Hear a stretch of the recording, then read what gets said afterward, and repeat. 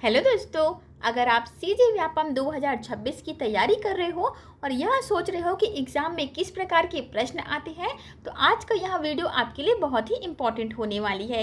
इस वीडियो में मैं आपको सीजी व्यापम 2026 के एग्ज़ाम पैटर्न के अनुसार मॉडल पेपर सॉल्व करवाने वाली हूँ। ठीक है, यानी कि इसमें मैंने कॉमन सिलेबस को उठाया है और इसमें हम लोग सारे के सारे अच्छे क्वेश्चंस को देखने वाले हैं जो कि आपके एग्जाम्स के लिए सबसे ज़्यादा इंपॉर्टेंट होते हैं। सभी टॉपिक के इसमें आपको प्रश्न देखने को मिल जाएंगे। ठीक है, तो यह वीडियो आपके लिए बहुत ही इंपॉर्टेंट होने वाली है फ्रेंड्स। अगर आप इस मॉडल पेपर को सीरियसली सॉल्व करते हो तो आपको एक प्रकार से आइडिया मिल जाएगा कि किस प्रकार के प्रश्न आते हैं और किस टॉपिक में आपको अपनी पकड़ मजबूत करनी है। यह जो मॉडल पेपर आप देख रहे हैं इसको मैंने प्रीवियस ईयर क्वेश्चंस के आधार पर बनाया है। ठीक है, यानी कि टॉपिक आपका सेम है लेकिन आपका प्रश्न पूछने का तरीका, जो कि व्यापम ने अपना पैटर्न चेंज किया है, तो प्रश्न पूछने का तरीका आपका डिफरेंट है। ठीक है, इस वीडियो में आपको सीजी व्यापम की कॉमन सिलेबस के अनुसार क्वेश्चंस देखने को मिल जाएंगे। यानी कि कंप्यूटर के आपको 10 प्रश्न देखने को मिलेंगे, उसके बाद हम लोग हिंदी के 10 प्रश्नों को सॉल्व करेंगे, फिर इंग्लिश के 10 प्रश्नों को, फिर गणित के, उसके बाद रीजनिंग के 20 प्रश्न और सामान्य ज्ञान के 30 प्रश्न। ठीक है, मंडी उप निरीक्षक का अभी तक ऑफिशियल सिलेबस नहीं आया है फ्रेंड्स, लेकिन जो मैंने एनालिसिस किया है उसके आधार पर आपका इसी प्रकार से इतने ही लेवल के क्वेश्चंस आपको मिलने वाले हैं। ठीक है, क्योंकि आपका पेपर जो है 100 नंबर का होने वाला है। जैसे कि आप सभी को पता है पहले 150 नंबर का होता था, लेकिन अभी आपका 100 नंबर का पेपर होगा। 2 घंटे का आपका समय मिलेगा, उसमें आपको ये इस प्रकार से ही प्रश्न देखने को मिलेंगे। ठीक है, आपकी अमीन पटवारी में भी यही सिलेबस आया था। ठीक है, तो उसी प्रकार से ही आपको देखने को मिलेंगे। असिस्टेंट ग्रेड 3 है उसमें भी यह देखने को मिलेंगे। ठीक है, हाँ, एक और बहुत लोग कमेंट कर रहे थे कि मंडी निरीक्षक का जो अधिनियम वाला रहता है वह इंक्लूड होगा कि नहीं, तो ये तो सिलेबस आने के बाद ही पता चलेगा। फिलहाल हमारा जो कॉमन सिलेबस रहता है उसके हिसाब से हम लोग इस मॉडल पेपर को सॉल्व करने वाले हैं। ठीक है, तो वीडियो लास्ट तक देखना फ्रेंड्स, क्योंकि यहाँ क्वेश्चंस जो है आपके लिए मोस्ट इंपॉर्टेंट है। ठीक है, देखो पहले प्रश्न से हम लोग स्टार्ट करते हैं। यहाँ पे आपको क्वेश्चन नंबर 1 दिया गया है, कंप्यूटर का क्वेश्चन है। निम्नलिखित में से सही कथन को आपको चुनना है। ठीक है, व्यापम के नए पैटर्न में आपने इस प्रकार के प्रश्न को देखा होगा, जो कि व्यापम का अभी फेवरेट प्रश्न बन गया है। पहले में आपको दिया है रैम जो है अस्थायी स्मृति यानी कि टेम्पररी मेमोरी है, यह बोला गया है। तो क्या यह सही है? क्या रैम हमारा अस्थायी मेमोरी होता है? यह बिल्कुल करेक्ट है। ठीक है, इसको और क्या बोलते हैं? इसी को बोलते हैं आपका वॉलेटाइल मेमोरी। ठीक है, इसमें कंप्यूटर जो होता है, जैसे ही हम कंप्यूटर को बंद करते हैं यानी कि बिजली को बंद करते हैं, डेटा क्या होता है? डेटा भी इसमें खत्म हो जाता है, डिलीट हो जाता है। क्लियर है? तो ये रैम हमारा क्या है? अस्थायी मेमोरी होता है। सेकंड में आपको दिया है रोम जो है स्थायी मेमोरी है। अब देखो यहाँ बहुत ही कंफ्यूजन क्रिएट करता है वोलेटाइल और नॉन वोलेटाइल में। ठीक है, तो रैम को अगर आपने अच्छे से याद कर लिया तो रोम ऑटोमेटिकली बन जाएगा। अब रैम अगर आपका अस्थायी है तो रोम क्या है? आपका स्थायी है, यानी कि दूसरा भी हमारा करेक्ट है। रोम क्या होता है? नॉन वोलेटाइल मेमोरी होता है। ठीक है, स्थायी मेमोरी होता है। थर्ड में आपको दिया है कैच मेमोरी जो होता है सबसे धीमी होती है बोला है। तो क्या यह सही है? क्या ये हमारा गलत दिया है? क्यों गलत दिया है? क्योंकि कैच मेमोरी जो होती है सबसे फास्टेस्ट मेमोरी यानी कि सबसे तेज मेमोरी होती है आपकी कैच मेमोरी। इसी को प्राइमरी मेमोरी भी कहते हैं। ठीक है, और देखो आपका चौथे में दिया है हार्ड डिस्क एक सेकेंडरी मेमोरी है। तो यह बिल्कुल करेक्ट है। हार्ड डिस्क क्या है? हमारा सेकेंडरी स्टोरेज डिवाइस है। ठीक है, तो ये हो जाएगा हमारा पहला सही था, दूसरा सही था, तीसरा गलत था, चौथा भी सही है।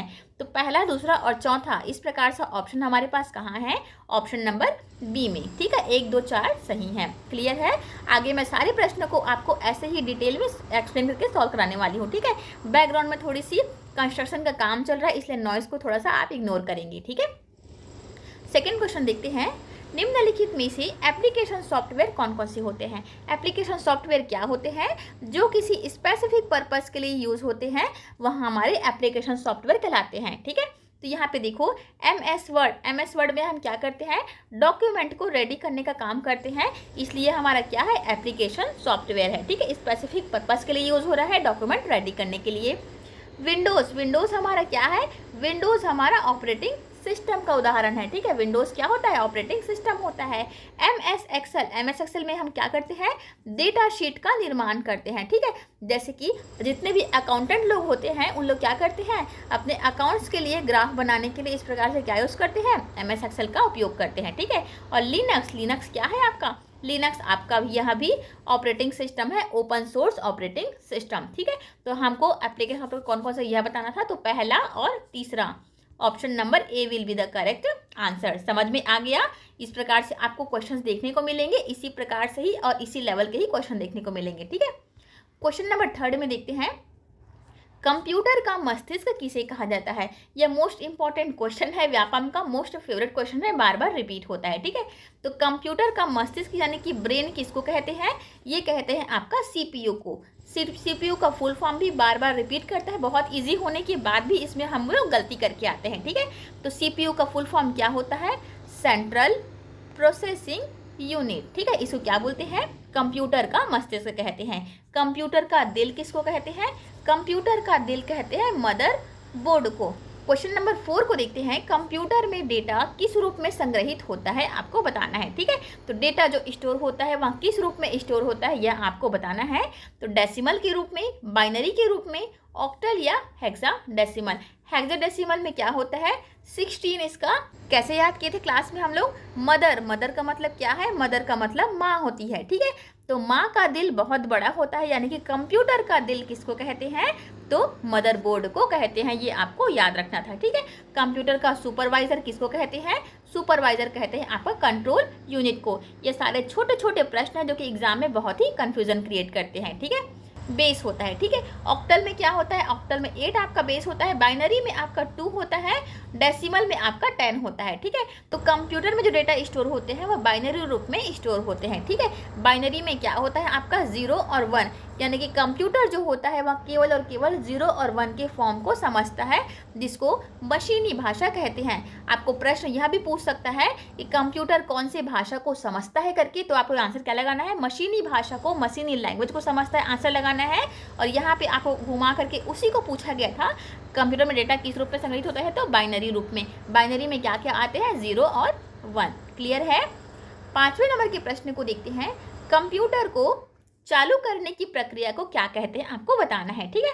तो लोडिंग तो नहीं होगा, ठीक है, प्रोसेसिंग भी नहीं होगा, एग्जीक्यूटिंग भी नहीं होगा। हमारा आंसर हो जाएगा ऑप्शन नंबर बी। कंप्यूटर को चालू करने की प्रक्रिया को क्या कहते हैं, बूटिंग कहते हैं, ठीक है। बूटिंग आपका 2 प्रकार का होता है, एक होता है आपका कोल्ड बूटिंग, दूसरा होता है आपका वार्म बूटिंग। अब कोल्ड बूटिंग से भी बहुत प्रश्न पूछता है, तो कोल्ड बूटिंग होता क्या है, कूट वाले में यह प्रश्न पूछ चुका है, ठीक है। कूट वाले में कोल्ड बूटिंग क्या होता है, पूरी तरह से बंद कंप्यूटर को चालू करना, ठीक है। पूरी तरह से बंद कंप्यूटर को चालू करना आपका कोल्ड बूटिंग कहलाता है। वार्म बूटिंग क्या होता है, जैसे कि आप अपने कंप्यूटर को या अपने मोबाइल को रीस्टार्ट करते हो कि नहीं, यानी कि जो आपका कंप्यूटर है या मोबाइल है पहले से ऑन है, उसको आप फिर से चालू कर रहे हो, तो पहले से स्टार्ट मोबाइल को फिर से ऑन करना आपका रीस्टार्ट कहलाता है। इससे आपका क्या होता है, ऑपरेटिंग सिस्टम जो होता है लोडिंग लेता है और आपका कंप्यूटर या मोबाइल तेजी से वर्क करने लगता है, ठीक है। ये कार्य सभी ने किया होगा, ठीक है। अगला प्रश्न देखते हैं, इंटरनेट के जनक किसको कहते हैं, आपको बताना है, ठीक है। तो इंटरनेट के जनक किसको कहते हैं, आपके option number C, Vinton Cerf को, ठीक है। बिल गेट्स कौन है, IBM कंपनी के संस्थापक है, ठीक है। चार्ल्स बेबेज कौन है, कंप्यूटर के संस्थापक कौन है, या कंप्यूटर के जनक कौन है, यहाँ पूछ दिया तो चार्ल्स बेबेज का नाम होगा। इंटरनेट के जनक पूछ दिया तो विंटन सर्फ होगा, ठीक है। सही जोड़ी मिलाना है आपको, यहाँ पे मैच द फॉलोइंग ऑप्शंस आपके नीचे दिए गए हैं, यहाँ पे हम लोग यहीं से देख लेते हैं, ठीक है। तो देखो सबसे पहले में आपको दिया है सूची 1 में कीबोर्ड। कीबोर्ड जो है आपका कौन सा डिवाइस है आपको बताना है, ठीक है। तो कीबोर्ड क्या है आपका, कीबोर्ड से हम लोग क्या करते हैं, कीबोर्ड से हम लोग टाइप करते हैं, ठीक है, और डेटा को एंट्री करते हैं, ठीक है। तो यह क्या है, जिससे हम लोग डेटा को फीड करते हैं, वह हमारा इनपुट डिवाइस कहलाता है, यानी कि एक का हो जाएगा हमारा दूसरा, ठीक है। मॉनिटर का उपयोग हम लोग क्यों करते हैं, स्क्रीन पर किसी चीज़ को देखने के लिए, यानी कि आउटपुट प्राप्त करने के लिए हम मॉनिटर का प्रयोग करते हैं, तो बी का हो जाएगा पहला, ठीक है। थर्ड में है आपका प्रिंटर। प्रिंटर क्या है आपका, आउटपुट डिवाइस है, ये इनपुट नहीं, ये आउटपुट डिवाइस है, ठीक है। प्रिंटर से हम लोग प्रिंट निकालने का काम करते हैं, इसीलिए यह आउटपुट डिवाइस के अंतर्गत आता है, ठीक है। हार्ड डिस्क क्या होता है, सेकेंडरी स्टोरेज डिवाइस होता है, ठीक है। हार्ड डिस्क क्या है, सेकेंडरी स्टोरेज डिवाइस, यह भी आपको याद रखना, यानी कि द्वितीयक डिवाइस के रूप में काम होता है। तो हमारा ऑप्शन क्या हो गया, पहले का दूसरा, दूसरे का पहला, सी का हो जाएगा चौथा और डी का क्या है तीसरा। देखिए 2 1 4 3, 2 1 4 3 वाला हमारे पास ऑप्शन कहाँ पे है, हमारे पास यहाँ पे थोड़ा सा ऑप्शन गड़बड़ हो गया है। बाकी जो मैंने आपको बताया ना यहाँ पे थोड़ा सा मिसप्रिंट हो गया था इसलिए गड़बड़ हो गया। आपको ध्यान रखना है प्रिंटर क्या है, आउटपुट डिवाइस के अंतर्गत आता है। ठीक है, कितने क्वेश्चन सही हो रहे फ्रेंड्स आप लोग काउंट करते हुए चलेंगे। ठीक है, जैसे ही एक सेशन खत्म होता है आप लोग मुझे कमेंट करके अपना नंबर बताएंगे। यहाँ पे फिर से आपको सही जोड़े मिलान करना है।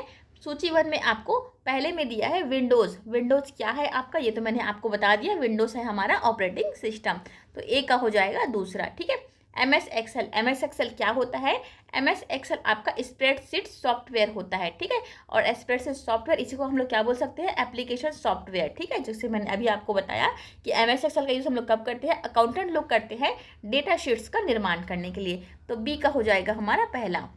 MS paint. MS पेंट का यूज़ हम लोग कब करते हैं, ग्राफिक्स डिजाइनिंग के लिए। ठीक है, पेंट MS पेंट में हम लोग क्या करते हैं, पेंटिंग करने के लिए। ठीक है, सभी ने आप सब ने MS पेंट का यूज़ किया होगा, किया है कि नहीं। ठीक है, और MS पावर पॉइंट को देखते हैं, ये होता है आपका प्रेजेंटेशन बनाने। ठीक है, आप सभी ने स्कूल कॉलेज में प्रेजेंटेशन बनाया होगा, प्रोजेक्ट बनाया होगा जिसमें आपने MS पावर पॉइंट का यूज़ किया होगा। ठीक है, तो सी का था चौथा और डी का था आपका तीसरा, यानी कि 2 1 4 3। 2 1 4 3 वाला ऑप्शन कहाँ पे है हमारा, ऑप्शन नंबर ए में ही हमारा करेक्ट आंसर है। ठीक है, 2 1 4 3 ऑप्शंस को आप लोग अच्छे से ध्यान से लगाएंगे।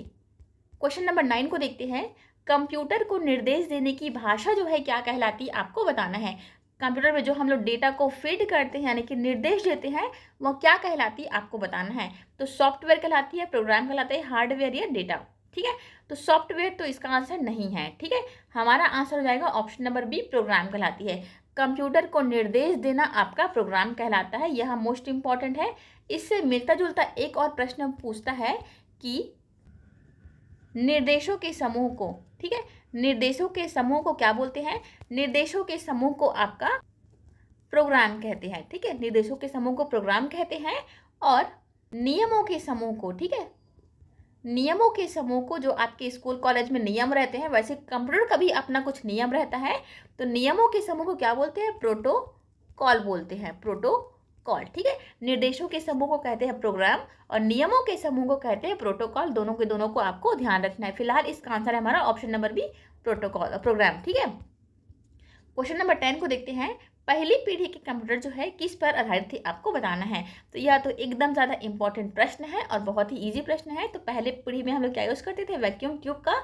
यह 1940 से 1956 के आसपास आया था। ठीक है, पहला कंप्यूटर भी आप बोल सकते हैं। तो पहला कंप्यूटर कब आया था यह भी प्रश्न पूछ सकता है। तो 1940 से 1956 के बीच में यह आया था। यह बहुत बड़े होते थे। ठीक है, आकार में यह बहुत बड़े होते थे। इसका जो कि इसका डिसएडवांटेज था, बहुत ज़्यादा बिजली की खपत करते थे। ठीक है, और बहुत ही अधिक बड़े होने के कारण, आकार में बड़े होने के कारण यह बहुत अधिक जगह को भी घेरते थे। ठीक है, इसमें हम लोग पंच कार्ड का उपयोग करते थे। ठीक है, पंच कार्ड, इसके माध्यम से इनपुट आउटपुट लेते थे। क्लियर है, तो वैक्यूम ट्यूब हमारा करेक्ट आंसर हो गया। ठीक है, तो इस प्रकार से फ्रेंड्स कंप्यूटर के आपके 10 प्रश्न जो है कंप्लीट हो गए हैं। 10 में से आपके कितने प्रश्न सही हुए कमेंट करके मुझे तुरंत के तुरंत जरूर से आप बताएंगे। ठीक है, हिंदी के आप प्रश्न को देखते हैं। निम्नलिखित में से संज्ञा जो है कौन कौन सी है, आपको बताना है। यानी कि ये आपके प्रश्न दिए हुए हैं, इनमें से संज्ञा कौन कौन सी आपको बताना है। अब के बारे में आपको थोड़ा सा नॉलेज भी होना चाहिए। ठीक है, तभी तो आप आंसर लगा पाएंगे। तो संज्ञा किसको बोलते हैं, एक लाइन में मैंने याद करवाया था, कुछ भी ताम झाम करने की जरूरत नहीं है। किसी भी नाम को संज्ञा कहते हैं। क्या कहते हैं, किसी भी नाम को संज्ञा कहते हैं। कुछ भी चीज़ है जिसका आप नाम रख सकते हैं वह आपके संज्ञा के अंतर्गत में आता है। क्लियर है, नाउन को मैंने एकदम डिटेल में आपको समझाया है। अगर आपने वीडियो देखा होगा तो आपको यह एकदम 5 सेकंड का क्वेश्चन है। ठीक है, तो पुस्तक आपका नाउन है क्या, बिल्कुल, पुस्तक को हम नाम रख सकते हैं। ठीक है, तो यह क्या है हमारा, यह हमारा संज्ञा के अंतर्गत में आता है। दौड़ना, ठीक है, मैंने आपको ट्रिक बताया था, जिस भी शब्द के अंत में ना लग जाए, ठीक है, जिस भी शब्द के अंत में ना लग जाए वह आपका 90% चांस है कि वह क्या हो, क्रिया हो, वर्ब हो। ठीक है, जैसे कि यहाँ पे दौड़ना है, सोना है, खेल ना है, सभी के अंत में क्या लग रहा है, ना लग रहा है। यानी कि यहाँ पे क्या है, ये जो जितने भी यहाँ पे शब्द दिए हैं वह वर्ब यानी कि क्रिया है। ठीक है, राम, राम किसी व्यक्ति का नाम है और किसी भी नाम को संज्ञा कहते हैं, यानी कि राम भी हमारा संज्ञा है, पुस्तक भी हमारा संज्ञा था। सुंदर, सुंदर क्या है आपका? सुंदर आपका किसी चीज़ की विशेषता बताता है, ठीक है, किसी व्यक्ति की, किसी वस्तु की विशेषता बताता है, इसलिए सुंदर है हमारा विशेषण। क्लियर है? और हमको संज्ञा बताना था, तो पहला और तीसरा हमारा करेक्ट आंसर है, यानी कि option number A will be the correct answer. उम्मीद करती हूँ अच्छे से समझ में आ गया होगा। अगर आपको समझ में नहीं आया है तो नाउन वाला वीडियो फ्रेंड्स ज़रूर से वॉच करना, एकदम अच्छे से मैंने ट्रिक के साथ आपको सारे के सारे नाउन के टाइप्स को अच्छे से समझाया है, हिंदी इंग्लिश दोनों में, ठीक है। क्वेश्चन नंबर 12 को देखते हैं। निम्नलिखित में से सर्वनाम कौन कौन से आपको बताना है। अब देखो यहाँ पे आपको संज्ञा हमने जान लिया कि किसी भी नाम को संज्ञा कहते हैं, ठीक है। अब सर्वनाम क्या होता है? संज्ञा के बदले में जो शब्द यूज होता है, ठीक है, उसी को सर्वनाम कहते हैं, ठीक है। अब जैसे कि मान लो हम बोलते हैं कि सीता खेल रही है, सीता खेल रही है, तो सीता क्या है हमारा? यह एक प्रकार का नाम है, ठीक है, किसी लड़की का नाम है सीता, तो यह हमारा सीता जो है वह संज्ञा है। लेकिन अगर मैं ऐसी चीज़ को बोलूं कि वह खेल रही है, ठीक है, सीता खेल रही की जगह अगर हमने बोल दिया कि वह खेल रही है, तो सीता के जगह में हमने कौन सा शब्द का इस्तेमाल किया है? वह शब्द का इस्तेमाल किया है, और वह ही हमारा क्या है? सर्वनाम है। समझ में आ गया? तो यहाँ पे देखना, यहाँ पे हमको छांटना है कि सर्वनाम जो है कौन कौन से है। तो वह तो मैंने आपको एग्जाम्पल से समझा दिया, वह हमारा क्या है? सर्वनाम है। मैं, ठीक है, मैं भी क्या है आपका? सर्वनाम है। जैसे कि मेरा नाम, मान लो मेरा नाम प्रभा है, तो मैं अपने जब बात करूंगी तो मैं कैसे बोलूंगी कि मैंने खाना खाया, मैं खेल रही हूँ, मैं सो रही हूँ, इस प्रकार का बोलूंगी ना, तो मैं भी क्या है आपका? सर्वनाम है, ठीक है। सुंदर, सुंदर तो मैंने अभी आपको बता दिया, सुंदर क्या है? किसी चीज़ की विशेषता बताता है, इसीलिए इसको विशेषण कहते हैं, ठीक है। और हम भी क्या है? ये है हमारा सर्वनाम है। तो 1, 2 और 4, 1, 2, 4 यानी कि ऑप्शन नंबर ए हमारा करेक्ट आंसर हो गया। क्लियर हो गया? 13वें नंबर के प्रश्न को देखते हैं फटाफट से। जो सुना जाए उसके लिए सही शब्द कौन सा है आपको बताना है, ठीक है। तो जो सुना जाए उसके लिए सही शब्द क्या होते हैं? देखो, दृश्य मतलब क्या होता है? जो देखने योग्य होता है, देखने योग्य होता है उसको दृश्य कहते हैं, लेकिन हमको सुनने योग्य बनाना है, ठीक है। तो श्रव्य, श्रव्य क्या है हमारा? जो सुना जाए उसको श्रव्य कहते हैं। पठनी क्या होता है? जो पढ़ने योग्य होता है उसी को पठनी कहते हैं।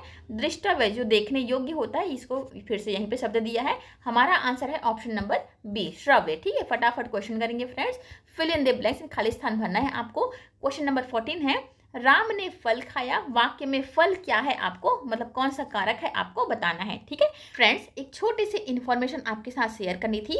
अगर आप सीजी व्यापम के किसी भी परीक्षा की तैयारी कर रहे हैं जिसमें आपका Hindi, English, maths, computer, reasoning और जीके के प्रश्न इंक्लूड रहते हैं, जीके के सब्जेक्ट इंक्लूड रहते हैं, तो इसके लिए मैंने 49 रुपीज़ में एक टेस्ट सीरीज लॉन्च किया है, ठीक है। सिर्फ और सिर्फ 49 रुपीज़ में हमारा लॉन्चिंग प्राइस होने वाला है, जिसमें आपको 10 मेगा टेस्ट मिलने वाले हैं, ठीक है। 10 आपके फुल मेगा टेस्ट मिलने वाले हैं, सारे के सारे 100 प्रश्नों का सेट होने वाला है, ठीक है। तो किस किस को यह टेस्ट सीरीज चाहिए, कमेंट बॉक्स मुझे कमेंट करके जरूर से बताना। 49 रुपीज़ हमने इतना कम प्राइस इसलिए रखा है फ्रेंड, क्योंकि यह हमारा लॉन्चिंग प्राइस है, ठीक है। मेगा टेस्ट हम फर्स्ट टाइम लॉन्च कर रहे हैं, इसीलिए हमने 49 रुपीज़ में यह सीरीज़ को, या टेस्ट सीरीज़ को लॉन्च किया है। तो ज़रूर से जिसको जिसको चाहिए मुझे कमेंट करके बताना, क्योंकि 49 रुपीज़ में आजकल कुछ भी नहीं आता है। इसमें आपको 10 मेगा टेस्ट मिलने वाला है, पूरे के पूरे 100 प्रश्नों का सेट होने वाला है, ठीक है। तो किसको किसको चाहिए कमेंट बॉक्स में मुझे ज़रूर से कमेंट करेंगे, ठीक है। तो क्वेश्चन को हम लोग देखते हैं यहाँ पे, राम ने फल खाया, वाक्य में फल क्या है आपको कौन सा कारक है ये बताना है, ठीक है। तो इस प्रकार के प्रश्न को सॉल्व करने का सबसे अच्छा तरीका होता है शब्दों को अलग अलग करके लिखना सीखो। जैसे कि यहाँ पे राम, राम क्या है आपका? किसी व्यक्ति का नाम है, और यही क्या कर रहा है? क्रिया करने का काम कर रहा है। तो जो क्रिया करता है उसको क्या बोलते हैं? कर्ता बोलते हैं। तो राम हमारा कर्ता है, ठीक है। हमको फल के बारे में बताना है। खाया, खाना, खाना, फल खाना, ना शब्द आ रहा है वर्ड में, तो यह क्या है? हमारा क्रिया है, ठीक है। ये ट्रिक को आपको याद रखना है, बहुत ही काम में आता है, ठीक है। और बचा है हमारा फल, ठीक है। किस चीज़ को खा रहा है? तो फल खा रहा है। क्रिया का प्रभाव किस पर पड़ रहा है? फल पर पड़ रहा है, ठीक। कर्ता की क्रिया का प्रभाव आपके जिस भी वस्तु पर पड़ता है उसको क्या बोलते हैं? उसको कर्म बोलते हैं। यहाँ पर कर्म कौन सा हो गया? हमारा फल। समझ में आया? कर्म है हमारा, फल क्या है हमारा? कर्म कारक है। समझ में आ गया? अगले प्रश्न देखते हैं, कूट वाले प्रश्न फिर से यहाँ पे आ गए हैं। 15वें नंबर का प्रश्न देखो, ठीक है। निम्नलिखित में से भाववाचक संज्ञा कौन सी है आपको बताना। तो भाववाचक संज्ञा क्या होती है? जिसको हम लोग छू नहीं सकते, केवल और केवल क्या करते हैं, महसूस कर सकते हैं, वह हमारे भाववाचक संज्ञा में गिनती होता है। ठीक है, तो ये आपका बचपन, बचपन को केवल हम लोग महसूस करते हैं। ठीक है, बचपन को हम लोग महसूस कर सकते हैं। ठीक है, जैसे कि एक होता है आपका नाखून का बढ़ना। ठीक है, नाखून का बढ़ना आप सभी लोग छू सकते हो, महसूस कर सकते हो, लेकिन क्या नाखून को बढ़ते हुए कभी आपने देखा है?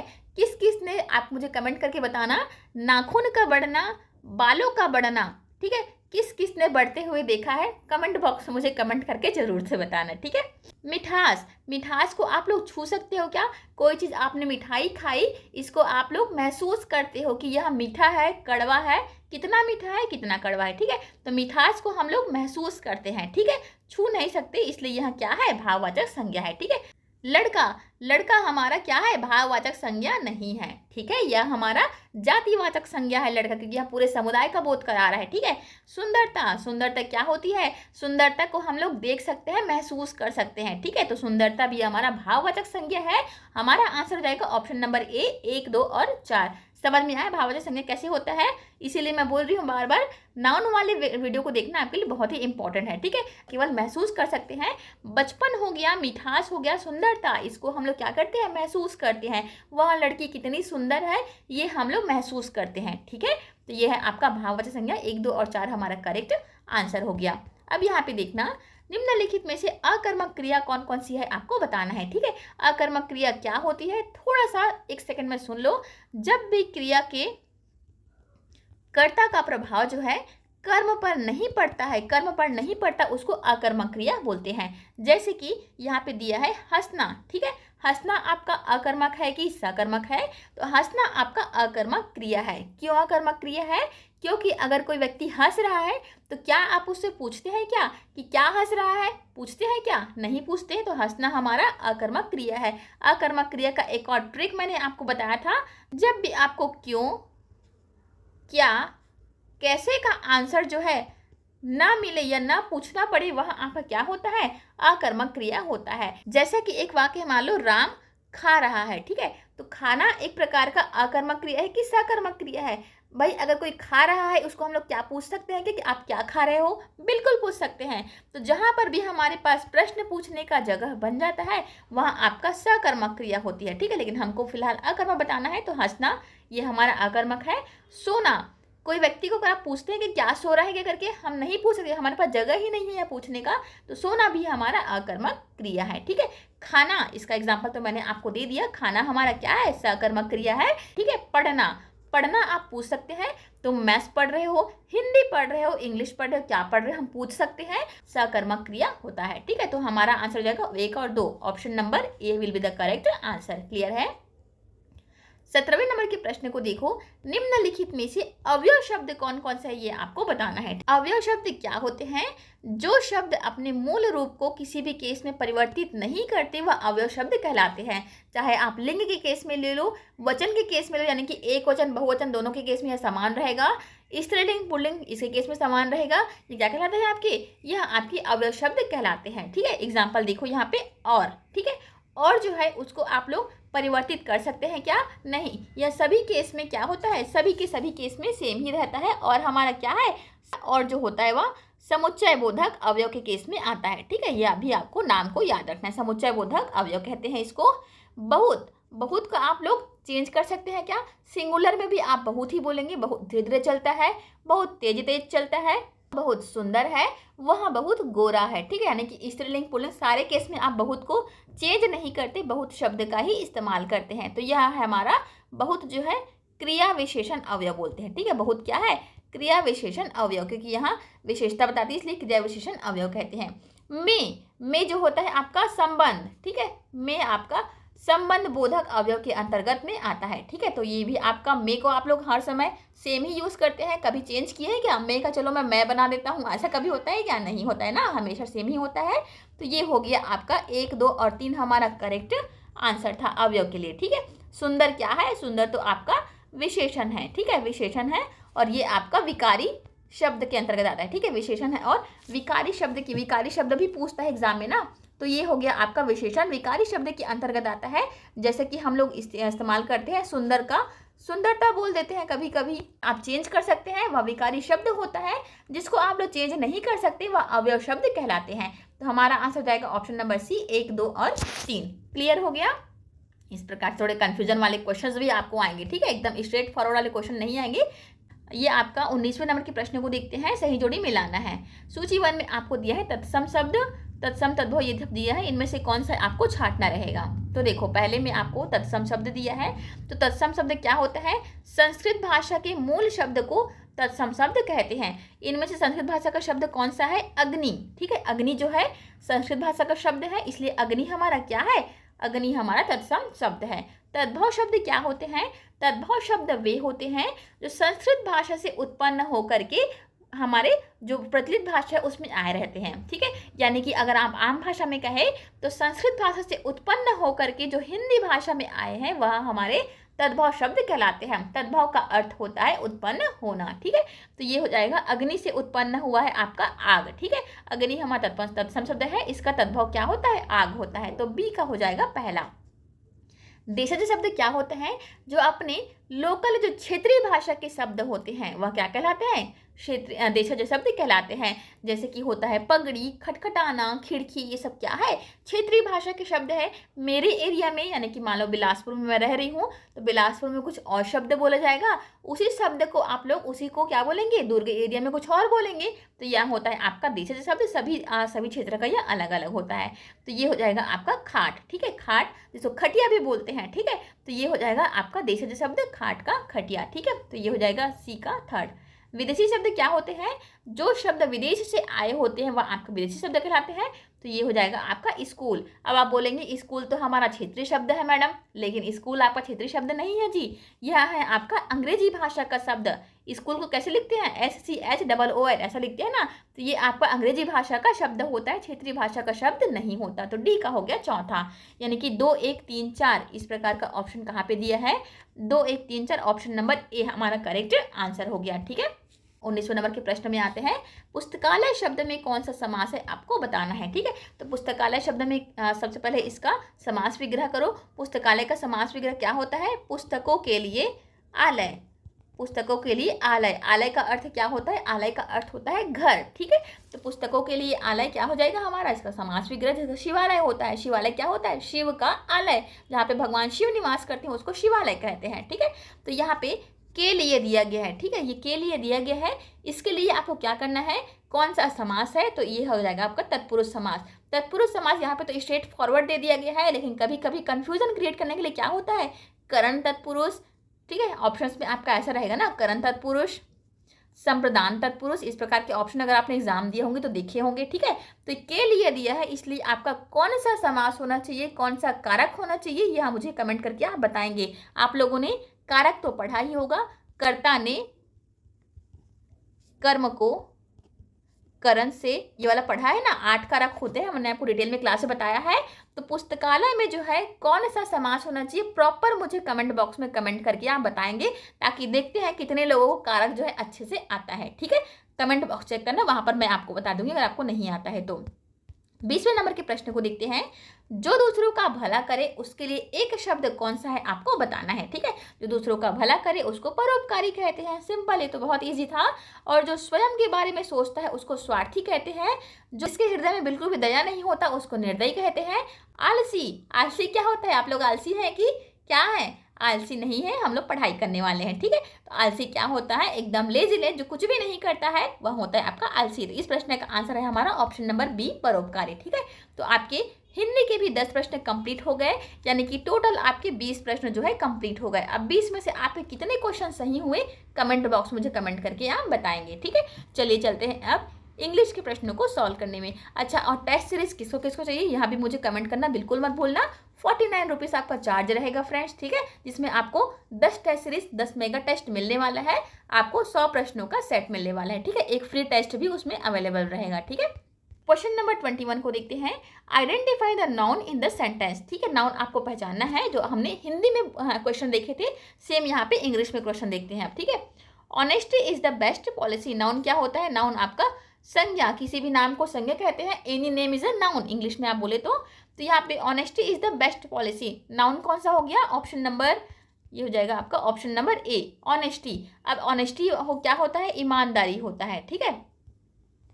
ऑनेस्टी क्या है आपका, ईमानदारी है। अब आप बोलेंगे ईमानदारी किस प्रकार से नाउन है हमारा, तो यह है फ्रेंड्स आपका एब्स्ट्रैक्ट नाउन। क्या है, एब्स्ट्रैक्ट नाउन, भाववाचक संज्ञा बोलते हैं इसको, ठीक है। वन हु स्पीक्स लेस, जो व्यक्ति कम बोलता है, ठीक है, जो व्यक्ति कम बोलता है उसके लिए इंग्लिश में शब्द कौन सा है आपको बताना है। इसके लिए बेस्ट आपका जो शब्द होता है उसको बोलते हैं रेटिसेंट, ठीक है। हिंदी में इसका मतलब होता है मितव्ययी, ठीक है। कम बोलने वाले को मितव्ययी बोलते हैं हिंदी में। इंग्लिश में इसके लिए प्रॉपर शब्द होता है रेटिसेंट, लेकिन यहाँ पे थोड़ा सा शायद ऑप्शंस में मिसप्रिंट हो गया है, लेकिन इसके हिसाब से हम लोग ऑप्शन नंबर बी साइलेंट को आंसर ले सकते हैं, ठीक है। टॉकेटिव यानी जो बहुत बोलता है उसको टॉकेटिव कहते हैं, वाचाल बोलते हैं हिंदी में। लायर, लायर क्या होता है, झूठा, ठीक है। लायर क्या होता है, झूठा। और ऑनेस्ट का मतलब तो आपको पता है, ठीक है। इसके हिसाब से हमारा answer option number B silent होना चाहिए। क्वेश्चन नंबर 23 को देखते हैं। Close the door is an example of, ठीक है, दरवाजे को बंद करो, यह किसका एग्जाम्पल है, तो असर्टिव, इंट्रोगेटिव, इंपरेटिव या एक्सक्लेमेटरी। एक्सक्लेमेटरी क्या होता है, विस्मयादि बोधक, ठीक है। जब आप किसी चीज को देख करके चौंक जाते हो तो यह आपका एक्सक्लेमेटरी वाक्य होता है। जैसे कि ताजमहल के बारे में, ठीक है, वह ताजमहल कितना सुंदर है, ठीक है, हम आश्चर्य हो रहे हैं, तो ये हमारा विस्मयादि बोधक होता है। यहाँ पे क्लोज द डोर, दरवाजे को बंद करो, इसमें यहाँ पर कुछ भी आश्चर्यचकित दिख रहा है क्या, नहीं दिख रहा है, तो हमारा ऑप्शन नंबर डी तो नहीं हो सकता, ठीक है। देखो कैंसिलेशन मेथड से आपको आंसर लगाना है फ्रेंड्स, ठीक है। कैंसिलेशन मेथड से अगर आप आंसर लगाएंगे तो आपको आंसर एकदम फटाफट से निकलेंगे। अगर आपको आंसर नहीं आता तो कैंसिलेशन मेथड का ही यूज किया कीजिए, ठीक है। इंपरेटिव, इंपरेटिव क्या होता है, आज्ञा सूचक, ठीक है। इंपरेटिव का अर्थ क्या होता है, आज्ञा सूचक, यानी कि किसी को अगर आप आज्ञा दे रहे हैं तो वह आपका इंपरेटिव सेंटेंस के अंतर्गत आता है। क्लोज द डोर, आप किसी को यहाँ पे आज्ञा दे रहे हो कि नहीं दे रहे हो, भाई दरवाजे को बंद कर दो, यानी कि आप आज्ञा दे रहे हो, तो ये हो जाएगा आपका option number C, imperative sentence, ठीक है। इंटरोगेटिव क्या होता है, प्रश्नवाचक वाक्य, ठीक है। अब प्रश्नवाचक क्या है तो आपको पता ही है, जब वाक्य में आपको क्वेश्चन मार्क देखने को मिलता है या आपको प्रश्नवाचक वाक्य होता है। फिलहाल हमारे पास ऐसा कुछ नहीं है, तो ये हो जाएगा क्लोज द डोर हमारा क्या है, इंपरेटिव सेंटेंस, यानी कि आज्ञा सूचक वाक्य है, ठीक है। इस प्रकार के प्रश्न आपने व्यापम के क्वेश्चन में देखे होंगे। क्वेश्चन नंबर 24 को देखते हैं। यहाँ पे ही इज़ योर फ्रेंड, ठीक है, वह तुम्हारा फ्रेंड है, इसके लिए आपको क्वेश्चन टैग लगाना है, ठीक है। क्वेश्चन टैग, तो यहाँ पे क्वेश्चन टैग का रूल आपको पता ही होगा। जो भी यहाँ पे हेल्पिंग वर्ब दिया रहा है तो उसे क्या करना है, हेल्पिंग वर्ब का आपको अपोजिट लिखना है। यानी कि यहाँ पे इज दिया है, इसका आपको अपोजिट, यानी कि यहाँ पे है का अपोजिट क्या हो जाएगा, है नॉट, यानी कि इज नॉट, ठीक है। और यहाँ पे ही दिया है, यानी कि सर्वनाम प्रोनाउन दिया गया है, इसको आपको यहाँ पे लिख देना है। इज इट नॉट, तो क्या यह करेक्ट है क्या, जी नहीं। इज नॉट को हमको जोड़ना भी है, तो इज नॉट को कैसे लिखेंगे, इजंट ही, ठीक है। इज नॉट बराबर क्या होता है, इजंट होता है, ठीक है। शॉर्ट फॉर्म में इज नॉट का इजंट होता है। हमारा आंसर हो जाएगा ऑप्शन नंबर ए। समझ में आ गया। क्वेश्चन टैग वाला मैं एक अलग से वीडियो लेकर के आने वाली हूँ जिसमें आपको सारे डाउट क्लियर हो जाएंगे, ठीक है। जैसे कि आर, ठीक है, हेल्पिंग वर्ब आपको आर दिया है तो इससे क्या हो जाएगा, आर नॉट, और इसको हम लोग जब ऐड करेंगे तो क्या हो जाता है, दोनों को अगर हम जोड़ेंगे तो आरंट, ठीक है, आरंट हो जाता है, ठीक है। तो इस प्रकार से छोटे छोटे रूल्स हैं जो मैं आपको अच्छे से समझाऊंगी वहाँ पे, ठीक है। 25 को देखते हैं। Choose the correct articles. अब देखो यहाँ पे आर्टिकल्स वाले फिर से क्वेश्चन आ गए। आर्टिकल प्रपोजिशन एकदम स्कोरिंग टॉपिक होता है जिसमें से आपको कंफ्यूजन भी क्रिएट होता है, लेकिन आपको इसको छोड़ना बिल्कुल नहीं है, ठीक है।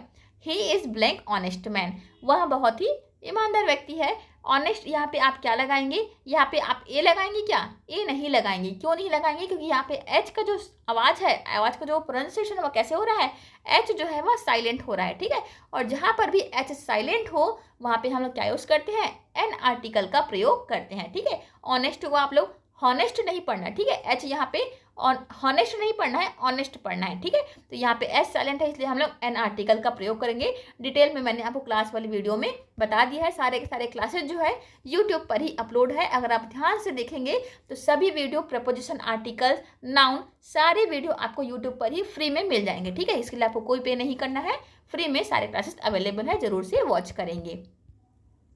Better is the blank degree. अब देखो आपके पास 3 डिग्रियां होती है, ठीक है। तो बेटर जो है कौन सा डिग्री है आपको बताना है, ठीक है। तो आपने पढ़ा होगा गुड, बेटर, बेस्ट पढ़ा है, ठीक है। तो ये क्या होता है, वर्ब का first form, second form, third form, ठीक है। एक और होता है वर्ब का फोर्थ फॉर्म जिसको आईएनजी फॉर्म भी बोलते हैं, ठीक है। तो ये क्या होता है, ये होता है आपका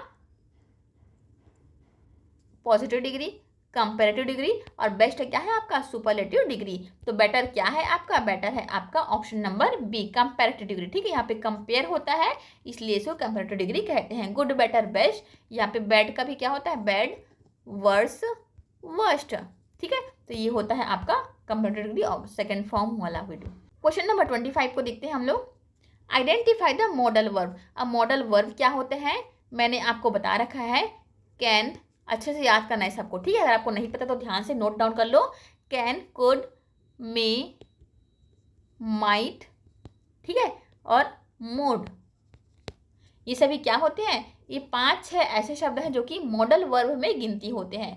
तो यहाँ पे हमको क्या दिख रहा है, ऑप्शन नंबर सी जो है मॉडल वर्ब है। मॉडल वर्ब एक्चुअली में होते क्या है, यह एक खास तरह की क्रिया होती है जो मेन वर्ब के साथ जुड़ करके पॉसिबिलिटी को, ठीक है, पॉसिबिलिटी को और परमिशन को, ज़रूरत को, है ना, इस प्रकार से यह ऑक्सिलरी वर्ब के रूप में कार्य करता है। ठीक है, जैसा कि यहाँ पे कैन दिया गया है। ठीक है, कैन का अर्थ क्या होता है, सेंटेंस में हम लोग कैसे यूज़ करते हैं, आई कैन डू एनीथिंग, यानी कि मैं कुछ भी चीज़ करने के सक्षम हूँ, यानी कि यह एबिलिटी को दर्शाता है। ठीक है, मे हम लोग कब यूज़ करते हैं, ma'am may I go to toilet, ये सब हम लोग यूज़ किया है बचपन में। ठीक है, तो ये क्या करते हैं हम लोग, परमिशन मांगते हैं। मे बोलने का अर्थ क्या होता है, मे का अर्थ होता है परमिशन मांगना। ठीक है, तो मे आई गो टू टॉयलेट यानी कि क्या मैं टॉयलेट जा सकता हूँ, इस प्रकार का हम लोग यूज़ करते हैं। तो परमिशन मांगने के लिए, एबिलिटी दर्शाने के लिए, सारी चीज़ों के लिए हम लोग क्या यूज़ करते हैं, मॉडल वर्ब का यूज़ करते हैं। फिलहाल यहाँ पे मॉडल वर्ब है हमारा कैन। ठीक है, तो can, could, may, might, mood, इस सबको आपको याद रखना है, व्यापम का पूछा हुआ प्रश्न है। ठीक है, क्वेश्चन नंबर 26 को देखते हैं। यहाँ पे सिनोनिम ऑफ ब्रेव। ब्रेव का आपको सिनोनिम यानी कि पर्यायवाची शब्द बताना है। तो ब्रेव का अर्थ होता है बहादुर। ठीक है, तो यहाँ पे कॉवर्ड, कॉवर्ड यानी क्या होता है, डरपोक होता है। ठीक है, तो यह तो हमारा आंसर नहीं होगा। अफ्रेड, अफ्रेड का अर्थ क्या होता है, डरा हुआ को अफ्रेड कहते हैं, तो यह भी हमारा आंसर नहीं होगा। वीक यानी कि कमजोर होता है। ठीक है, तो यहाँ भी हमारा आंसर नहीं होगा। बोल्ड, बोल्ड का अर्थ क्या होता है, जोशीला। ठीक है, तो इसलिए ब्रेव का यहाँ पे पॉसिबल आंसर कौन सा हो जाएगा, ऑप्शन नंबर बी बोल्ड। ठीक है, क्वेश्चन नंबर 27 को देखते हैं। Identify the adjective. एडजेक्टिव क्या होते हैं, जो शब्द संज्ञा सर्वनाम की विशेषता बताता है उसको क्या बोलते हैं, एडजेक्टिव बोलते हैं। ठीक है, एक होता है आपका एडवर्ब। ठीक है, एडवर्ब क्या होता है, जो शब्द क्रिया की विशेषता बताने की, वर्ब की विशेषता बताता है उसको एडवर्ब कहते हैं। फिलहाल हमको एडजेक्टिव बताना है, तो संज्ञा सर्वनाम की विशेषता बताने वाले शब्द कौन सा है, स्लोली, ब्यूटी, टॉल या रन। तो यहाँ पे देखो, स्लोली यानी कि क्या होता है, धीरे धीरे। धीरे धीरे हम लोग का यूज़ हम लोग कब करते हैं, जब हम क्रिया की विशेषता बताते हैं, वह बहुत धीरे धीरे चलता है, वह बहुत धीरे धीरे दौड़ता है, यानी कि हम क्रिया के सेंस में बात कर रहे हैं। तो यह क्या है हमारा, यह हमारा एडवर्ब है। ठीक है, तो पहले तो हमारा आंसर नहीं हो जाएगा। रन, रन तो आपका खुद एक क्रिया है। रन का मतलब क्या होता है, दौड़ना, और यहाँ पे ना आ गया है इसलिए यह क्या है, दौड़ना, ना आ गया इसलिए यह क्रिया है। ठीक है, ये तो मैंने आपको ट्रिक से बता रखा है, इसलिए यहाँ भी हमारा आंसर नहीं होगा। देखो कैंसिलेशन मेथड का हम लोग यूज़ कर रहे हैं। ठीक है, टॉल, टॉल का अर्थ क्या होता है, लंबा, यह तो बिल्कुल भी आंसर नहीं होगा। ठीक है, अब बचता है ब्यूटी। ब्यूटी यानी कि होता है सुंदर, और सुंदर का यूज़ हम लोग कब करते हैं, जब हम किसी व्यक्ति या वस्तु की विशेषता का बताते हैं। ठीक है, कि वह लड़की बहुत सुंदर है, यह चीज़ बहुत सुंदर है, तब हम लोग ब्यूटी का यूज़ करते हैं। तो हमारा आंसर क्या हो जाएगा, ऑप्शन नंबर बी, यानी कि यह संज्ञा सर्वनाम की विशेषता बताने वाला शब्द है। क्लियर है, इस सारे ऑप्शन को हम लोग क्यों कैंसिल किए, समझ में आ गया ना। आपको अगर अच्छे से जानना है तो तुक्का कैसे लगाए वाला वीडियो एक बनाया था मैंने। ठीक है, उसमें आपको इस प्रकार के डिटेल में कन्फ्यूजन क्रिएट करने वाले ऑप्शंस को कैसे डिलीट करते हैं, इसको मैंने अच्छे से आपको एक्सप्लेन किया है, तुक्का कैसे लगाना है आपको एग्जाम में। ठीक है, तो वह वीडियो भी जरूर से वॉच करना है आप लोगों एक बार। ठीक है, आइडेंटिफाई कंजंक्शन। कंजंक्शन का अर्थ क्या होता है, हिंदी में इसका अगर हम सिंपल भाषा में बोले तो जोड़ने वाले जो शब्द, दो सेंटेंस को, दो वाक्य को जोड़ने वाले शब्द को कंजंक्शन शब्द कहते हैं। ठीक है, कंजंक्शन का अर्थ होता है जोड़ने वाला शब्द। अब यहाँ पे देखो, ब्लू, ब्लू का अर्थ क्या होता है, नीला, और नीला क्या है आपका, यह एक प्रकार का विशेषण है, ये तो हमारा आंसर नहीं हो सकता। ठीक है, टेबल, टेबल आपका क्या है, किसी वस्तु का नाम है आप कह सकते हैं, इसलिए यह क्या है, जातिवाचक संज्ञा है, तो यह भी हमारा आंसर नहीं होगा। क्विकली, क्विकली का अर्थ क्या होता है, जल्दी जल्दी से, तो जल्दी जल्दी हमारा किस चीज़ की विशेषता बता रहा है, जल्दी जल्दी जो है वो हमारा क्रिया की विशेषता बता रहा है। ठीक है, बिकॉज का अर्थ होता है क्योंकि। ठीक है, क्योंकि क्या होता है, दो सेंटेंस को जोड़ने वाला शब्द है। जैसे कि अगर आपको एग्जांपल से बताऊं तो मैं स्कूल लेट से पहुंचा क्योंकि ट्रैफिक बहुत ज़्यादा था, यानी कि ट्रैफिक बहुत ज़्यादा होना और स्कूल लेट से पहुंचना, दोनों सेंटेंस को आपस में कौन जोड़ रहा है, क्योंकि शब्द जोड़ रहा है, इसलिए हमारा क्या है, कंजंक्शन शब्द है। ठीक है, 30 प्रश्न को देखते हैं यहाँ पे। 38 नंबर के प्रश्न को, identify the tense, she has finished her work. ठीक है, इनमें से कौन सा सेंटेंस आपका सही है बताना है। ठीक है, तो इस प्रकार के प्रश्न व्यापम का फेवरेट प्रश्न में से एक है फ्रेंड्स। ठीक है, कैसे पहचानना है आपको, यहाँ पे दिया है हैज़ यानी कि हेल्पिंग वर्ब दिया है, हैज़ हैव है। यहाँ पे फिनिश्ड, फिनिश का यहाँ पे वर्ब का थर्ड फॉर्म दिया, यानी कि यहाँ क्या है, वर्ब का थर्ड फॉर्म है। हर वर्क यानी कि ऑब्जेक्ट दिया है, यानी कि जब भी आपको सेंटेंस हैज़ हैव और वर्ब का थर्ड फॉर्म हो, वह क्या होता है, वह आपका प्रेजेंट परफेक्ट टेंस होता है। समझ में आया, जहाँ पर भी हैज़ हैव आपको दिख जाए वहाँ पे परफेक्ट टेंस होगा, ये आपको ध्यान रखना है। ठीक है, तो इस प्रकार से आपके इंग्लिश के भी 10 प्रश्न जो है कंप्लीट होते हैं। फिर से मैं आपको कहूँगी कितने प्रश्न आपके सही हुए, कमेंट करके आप जरूर से बताएंगे। अब छत्तीसगढ़ और इंडिया जीके के प्रश्न को स्टार्ट करते हैं। ठीक है, देखो क्वेश्चन नंबर 31 है, सही मिलान कीजिए। यहाँ पे आपको नदियाँ दी गई है, यहाँ पे उसका उद्गम स्थल दिया गया है। तो देखो हम लोग नदी को उसके उद्गम स्थल से मिलाते हैं। पहले में दिया गया है शिवनाथ नदी। ठीक है, छत्तीसगढ़ की सबसे बड़ी नदी कही जाने वाली कौन सी है, शिवनाथ नदी है। ठीक है, इनका उद्गम स्थल कौन सा है, इसका उद्गम स्थल पानाबरस की पहाड़ी जो कि राजनांदगांव से है माना जाता है। ठीक है, तो पानाबरस की पहाड़ी शिवनाथ नदी का उद्गम स्थल है। क्लियर है, तो पहले का हो गया हमारा तीसरा। ठीक है, हसदेव नदी, हसदेव नदी का उद्गम स्थल कौन सा है, कैमूर पहाड़ी। कौन सा है, हसदेव नदी का उद्गम स्थल होता है कैमूर पहाड़ी, यानी कि बी का हो जाएगा आपका दूसरा। कैमूर पहाड़ी कहाँ है पूछ दिया तो कोरिया जिले में। ठीक है, महानदी, महानदी का उद्गम स्थल सबको पता ही होगा। महानदी का उद्गम स्थल कौन सा होता है, सिहावा पर्वत, जो कि कहाँ पे है, धमतरी जिले में। ठीक है, तो सी का हो जाएगा हमारा पहला, और बचा कौन सा, डी, इंद्रावती नदी। इंद्रावती नदी का उद्गम स्थल कौन सा है, मुंगेर की पहाड़ी, जो कि कहाँ पे है, उड़ीसा।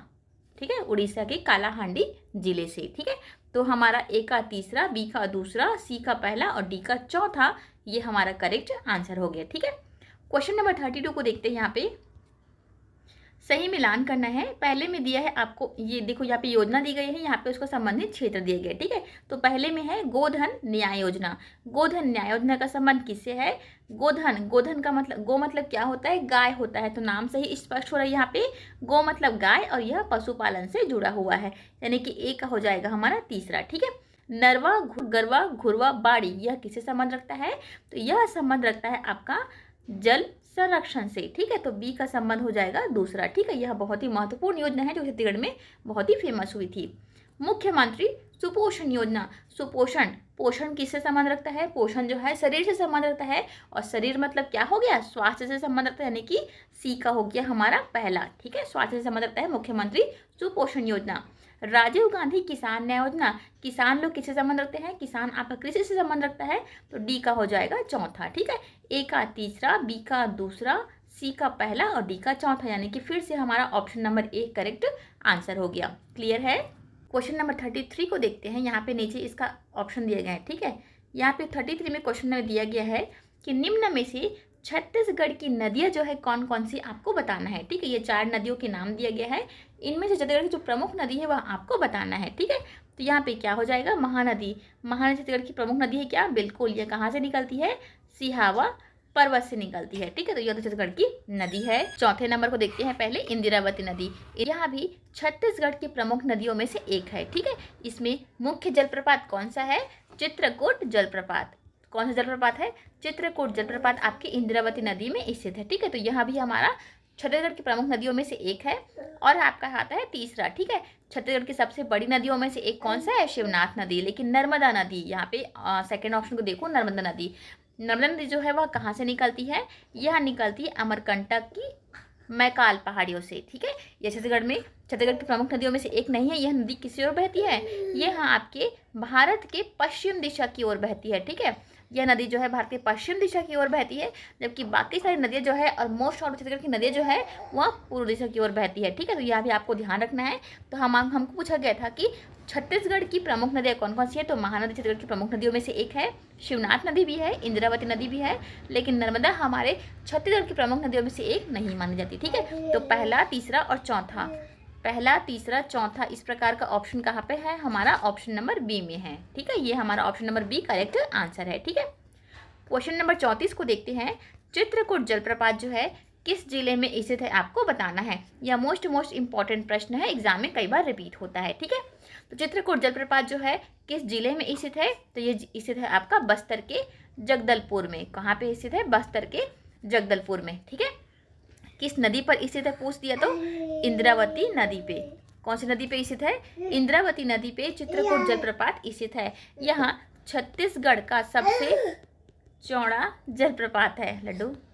ठीक है, इसकी चौड़ाई कितनी है, 90 फीट। यहाँ भी पूछता है, और इसे क्या बोलते हैं, भारत का नियाग्रा कहते हैं। भारत का नियाग्रा आपके चित्रकूट जलप्रपात को बोलते हैं। कैसे याद किए थे हमने याद किया था यहाँ किस नदी पर है, ये वाला एग्जाम में पूछा गया था आपका पटवारी में। ठीक है, तो चित्रकूट जलप्रपात जो है कौन सी नदी पर है, इंद्रावती नदी पर। कैसे याद किया था हमने, अगर आपने रामायण महाभारत देखा होगा तो भगवान जो इंद्रदेव थे वह हमेशा कुटाते रहते थे। ठीक है, चाहे राक्षस कूट रहे हो, देवता से कुटा रहे हैं, यानी कि हमेशा कुटाते ही रहते थे। ठीक है, तो इंद्रदेव यहाँ से इंद्रावती से हमने इंद्र ले लिया, चित्रकूट से हमने कुटाना ले लिया। तो इंद्रावती नदी पे चित्रकूट जलप्रपात स्थित है, ये हमने क्लास में याद किया था। ठीक है, भारत का नियाग्रा कहते हैं चित्रकूट जलप्रपात को, जगदलपुर जिले में स्थित है। छत्तीसगढ़ का सबसे चौड़ा जलप्रपात है, चौड़ाई कितनी है, 90 फीट है। ठीक है, और छत्तीसगढ़ का सबसे अगर ऊंचा जलप्रपात पूछ दिया, ऊंचा जलप्रपात, चौड़ा तो हमारा चित्रकूट है, लेकिन ऊंचा पूछ दिया तो कौन सा है, ऊंचा है हमारा तीरथगढ़। ठीक है, तीरथगढ़ जलप्रपात को छत्तीसगढ़ का सबसे ऊंचा जलप्रपात कहते हैं। ठीक है, इसी को क्या बोलते हैं, एंजिल जलप्रपात। ठीक है, एंजिल जलप्रपात आपका कहा जाता है आपका तीरथगढ़ जलप्रपात। ठीक है, अगर आप तीरथगढ़ विजिट किए होंगे तो देखा होगा, बहुत ही सुंदर दिखाई देता है आपका तीरथगढ़ जलप्रपात। ठीक है, इसीलिए इसको एंजिल जलप्रपात के नाम से जानते हैं। ठीक है, यहाँ छत्तीसगढ़ का सबसे ऊंचा जलप्रपात है। इसकी ऊंचाई कितनी है, इसकी भी ऊंचाई है आपका 90 फीट के आसपास। ठीक है, तो ये इसका आंसर हमारा ऑप्शन नंबर बी हो गया था। क्वेश्चन नंबर 35 को देखते हैं। छत्तीसगढ़ विधानसभा का कार्यकाल जो है कितने वर्ष का होता है, आपको बताना है। तो यहाँ तो एकदम इजी प्रश्न है। कार्यकाल होता है आपका 5 वर्ष का, और इमरजेंसी की स्थिति में यानी कि आपातकाल में से कार्यकाल को बढ़ा सकते हैं, लेकिन 6 महीने से अधिक समय तक के लिए नहीं बढ़ा सकते। ठीक है, मैक्सिमम आपका बढ़ा सकते हैं 6 महीने के लिए, उससे ज़्यादा एक दिन भी आप नहीं बढ़ा सकते इसी कार्यकाल को। ये वाला PSC कूट वाले प्रश्न में पूछा था। ठीक है, तो 6 महीने तक बढ़ा सकते हैं, ये आपको याद रखना है। क्वेश्चन नंबर 36 को देखते हैं। यह भी बहुत ही इजी प्रश्न है, बहुत ही रिपीट होता है।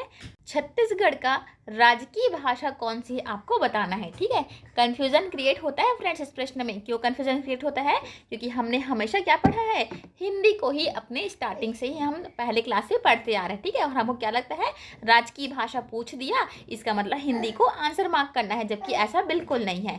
आपको अगर आधिकारिक भाषा पूछ दिया, आधिकारिक भाषा यानी कि ऑफिशियल लैंग्वेज, ठीक है, छत्तीसगढ़ का ऑफिशियल लैंग्वेज कौन सा है पूछ दिया, तो आपको आंसर क्या लगाना है, तब आपको आंसर लगाना रहेगा हिंदी को।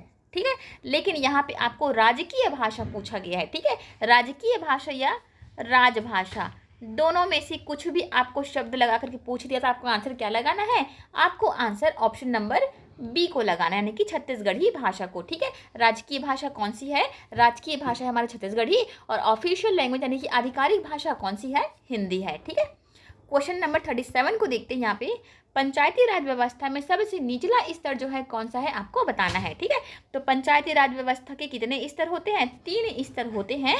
पहला कौन सा होता है, पहला होता है हमारा ग्राम पंचायत का, ठीक है, जो कि ग्रामीण लेवल का रहता है, गाँव लेवल का रहता है। दूसरा होता है आपका पंचायत समिति का, लिखते नहीं बना है, थोड़ा सा ध्यान से सुनेंगे आप लोग। ठीक है, तो ये पंचायत समिति कौन सा होता है, ब्लॉक स्तर का। ठीक है, जो नगर निगम वाले आप लोग पढ़ते हैं। तीसरा होता है आपका जिला परिषद का, ठीक है। जिला परिषद आपका कहाँ होता है, जिला स्तर में होता है, यानी कि पंचायती राज व्यवस्था को 3 स्तरों में बांटा गया है। ग्रामीण स्तर जो कि सबसे छोटे लेवल का रहता है, क्योंकि गांव आपका छोटा छोटा रहता है। आप अगर गांव से बिलोंग करते होंगे तो आपको पता होगा गांव क्या होता है, छोटा छोटा रहता है। और 4-5 गाँव को मिलाकर क्या बनता है, 4-5 गाँव को मिलाकर के एक ब्लॉक बनता है, यानी कि गाँव से बड़ा कौन सा हो गया, ब्लॉक हो गया। और 4-5 ब्लॉक को मिलाकर के क्या बनता है, 4-5 ब्लॉक को मिलाकर के जिला बनता है।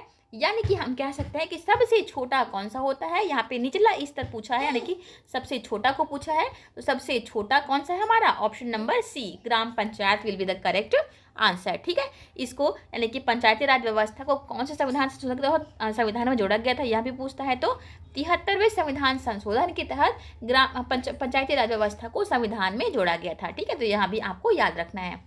क्वेश्चन नंबर 38 को देखते हैं।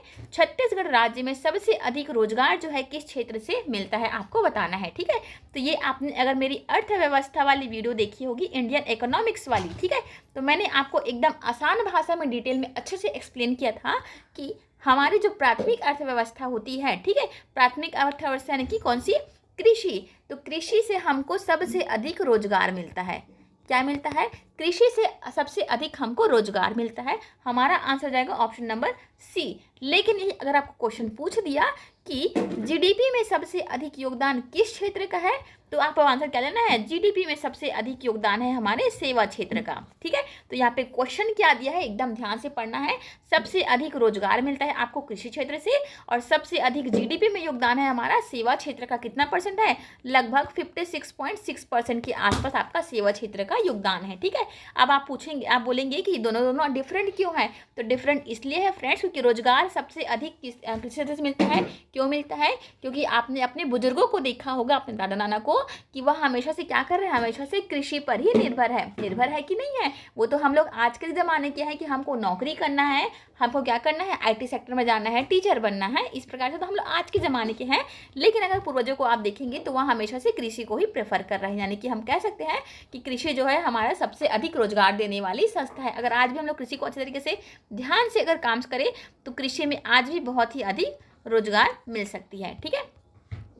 देखो अगला क्वेश्चन आपको दिया है, कथन और कारण वाले हैं। यहाँ पे आपको 3-4 प्रश्न के लिए निर्देश दिया गया है, ठीक है। तो पहला निर्देश क्या है, दोनों कथन सही है, ये आपको पता ही है, ठीक है। ये निर्देश आपको सारे के सारे एग्जाम में देखने को मिलते हैं। हम डायरेक्टली क्वेश्चन में चलते हैं। क्वेश्चन नंबर 40 को दिया है यहाँ आपको कि कथन ए दिया है, छत्तीसगढ़ को धान का कटोरा कहा जाता है। तो क्या यह सही है, क्या, बिल्कुल। छत्तीसगढ़ को क्या बोलते हैं, धान का कटोरा कहते हैं। यहाँ तो एकदम सत्य है, हमको बचपन से पता है, ठीक है। कारण आपको दिया है, यहाँ उपजाऊ मैदान और पर्याप्त वर्षा होती है। तो बिल्कुल यहाँ की मिट्टी क्या है, बहुत ही उपजाऊ है और पर्याप्त वर्षा होती है, जिसके कारण क्या होता है, बहुत ही अधिक मात्रा में धान की हम लोग फसल उगाते हैं, ठीक है। इसलिए क्या बोलते हैं, धान का कटोरा कहते हैं। तो कथन और कारण दोनों सही है, और कारण क्या कर रहा है, कथन का सही सही व्याख्या कर रहा है। ऐसा ऑप्शन कहाँ पे है, ये ऑप्शन नंबर ए में, ठीक है। देखो यहाँ पे कथन कारण दोनों सही है और कारण क्या कर रहा है, कथन की सही सही व्याख्या कर रहा है, ठीक है। तो हमारा ऑप्शन यहाँ पे ए हो जाएगा, ठीक है। 41 नंबर के क्वेश्चन को देखते हैं। कथन आपको दिया है, बस्तर क्षेत्र में सबसे अधिक वन पाया जाता है, आपको बोल रहा है, ठीक है। तो क्या यह सही है, क्या, बिल्कुल। बस्तर क्षेत्र में अगर कोई निवास करती होंगे तो आप सभी को पता होगा वहाँ पे वनाच्छादित प्रदेश के अंतर्गत आता है, यानी कि बहुत ज़्यादा वन वहाँ पे पाया जाता है, ठीक है। तो कथन हमारा बिल्कुल करेक्ट है। कारण आपको दिया है, यहाँ पठारी और जनजाति क्षेत्र अधिक है। यह पठारी क्षेत्र है क्या, बिल्कुल। और जनजाति, प्रमुख रूप से जनजाति कहाँ निवास करती है, बस्तर एरिया में निवास करती है, ठीक है। तो यहाँ भी बिल्कुल करेक्ट है। अब यहाँ पे देखो हमारा आंसर कौन सा होना चाहिए, दोनों के दोनों तो ये सही हैं, ठीक है। लेकिन यहाँ पे कारण जो है आपका कथन का सही सही व्याख्या कर रहा है क्या, नहीं। लेकिन दोनों स्टेटमेंट अपने आप में सही हैं, ठीक है। क्योंकि सबसे अधिक वन बस्तर में पाया जाता है, तो यह बिल्कुल करेक्ट है। और जनजाति क्षेत्र है तो यह भी बिल्कुल करेक्ट है। लेकिन इसका मतलब यह तो नहीं है ना कि जनजाति जहाँ अधिक पाई जाएगी वहाँ पे वन अधिक होगा, यह तो बिल्कुल करेक्ट नहीं है। इसलिए कथन कारण दोनों सही हैं, लेकिन कारण जो है हमारा कथन का सही सही व्याख्या नहीं कर रहा है, यानी कि ऑप्शन नंबर बी हमारा इस केस में, यानी कि 41 नंबर के केस में सही आंसर हो जाएगा। समझ में आया, क्योंकि दोनों के दोनों सही है, लेकिन क्या कर रहा है, कथन का सही सही व्याख्या नहीं कर रहा है, ठीक है। 42 नंबर के क्वेश्चन को देखते हैं। यहाँ पे छत्तीसगढ़ के प्रमुख खनिजों में कौन कौन से शामिल है, आपको बताना है, ठीक है।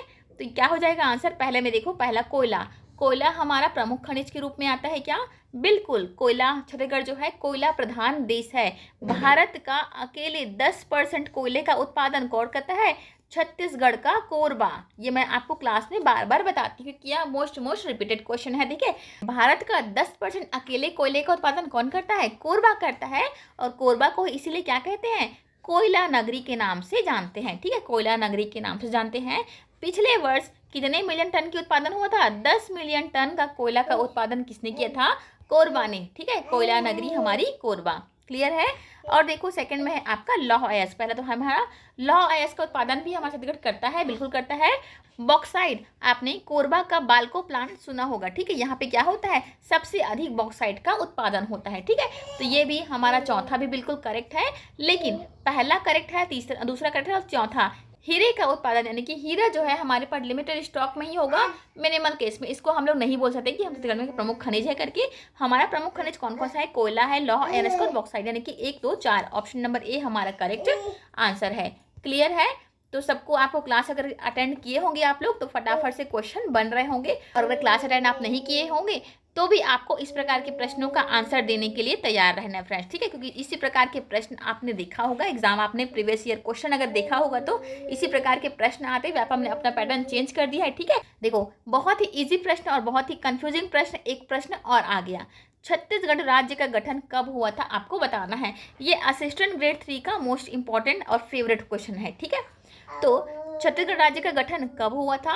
ये हुआ था आपका 1 नवंबर सन 2000 को। ठीक है, इसी दिन हम लोग क्या करते हैं? छत्तीसगढ़ राज्य का स्थापना दिवस के रूप में, राज्योत्सव के रूप में मनाते हैं। ठीक है, राज्योत्सव 1 नवंबर को मनाते हैं। 2025 का राज्योत्सव कौन सा नंबर का था? भाई 2000 में स्थापना हुआ, 2025 का राज्योत्सव कौन सा नंबर का रहेगा? 25वें नंबर का रहेगा। यानी कि 25वें नंबर को क्या बोलते हैं? रजत जयंती बोलते हैं, यानी कि स्वर्ण जुबली। ठीक है, इसका मैंने आपको करंट अफेयर के रूप में बहुत सारे प्रश्न करवाए थे, क्योंकि यह मोस्ट इंपॉर्टेंट टॉपिक है। ठीक है, रजत जयंती यानी कि सिल्वर जुबली हमने मनाया था 1 नवंबर सन 2025 को, जिसके मुख्य अतिथि कौन थे? कैलाश खेर थे, नरेंद्र मोदी थे। इस प्रकार से आपको बहुत सारे प्रश्न ध्यान में रख के चलना है। ठीक है, एयर शो का आयोजन हुआ था। सारे के सारे इंपॉर्टेंट क्वेश्चन हैं। क्वेश्चन नंबर 45 को देखते हैं। निम्न में से कौन कौन से प्राचीन भारतीय नगर है? आपको बताना है। अब यह तो बहुत ही ईजी प्रश्न है, आपने पढ़ा ही होगा। मोहनजोदड़ो हमारा प्राचीन भारतीय नगर है। हड़प्पा भी हमारा प्राचीन भारतीय नगर है। अमरावती और पाटलिपुत्र।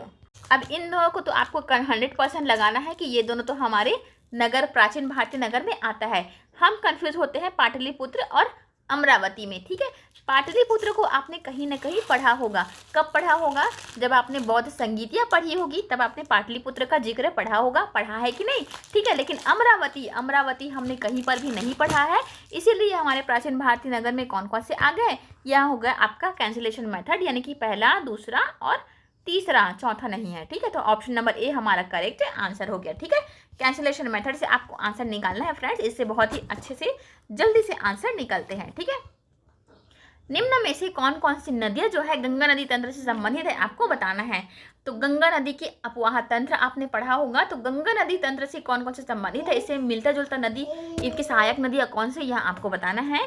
तो यमुना नदी जो है गंगा की सहायक नदी है क्या? बिल्कुल, यमुना और गंगा जो है एक दूसरे की सहायक नदियाँ हैं। तो पहला हमारा करेक्ट है सोन नदी भी गंगा की सहायक नदियों में से एक है। ठीक है, गोदावरी नदी आपकी गंगा की सहायक नदियाँ नहीं है। ठीक है, घाघरा जो है आपका गंगा की सहायक नदियाँ है। तो पहला, दूसरा और चौथा, ऑप्शन नंबर ए हमारा करेक्ट आंसर हो गया। ठीक है, अफवाह तंत्र आपको अच्छे से याद करना है।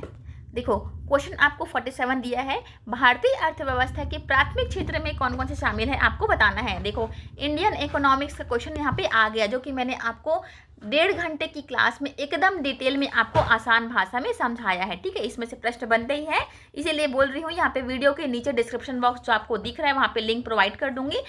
अर्थव्यवस्था वाली क्लास जरूर से देखना फ्रेंड्स, यह मोस्ट स्कोरिंग टॉपिक होता है और थोड़ा कंफ्यूजिंग भी रहता है। ठीक है, देखो हमने प्राथमिक क्षेत्र को कैसे याद किया था? ट्रिक से याद किया था, KVKM करके। के से आपका क्या था?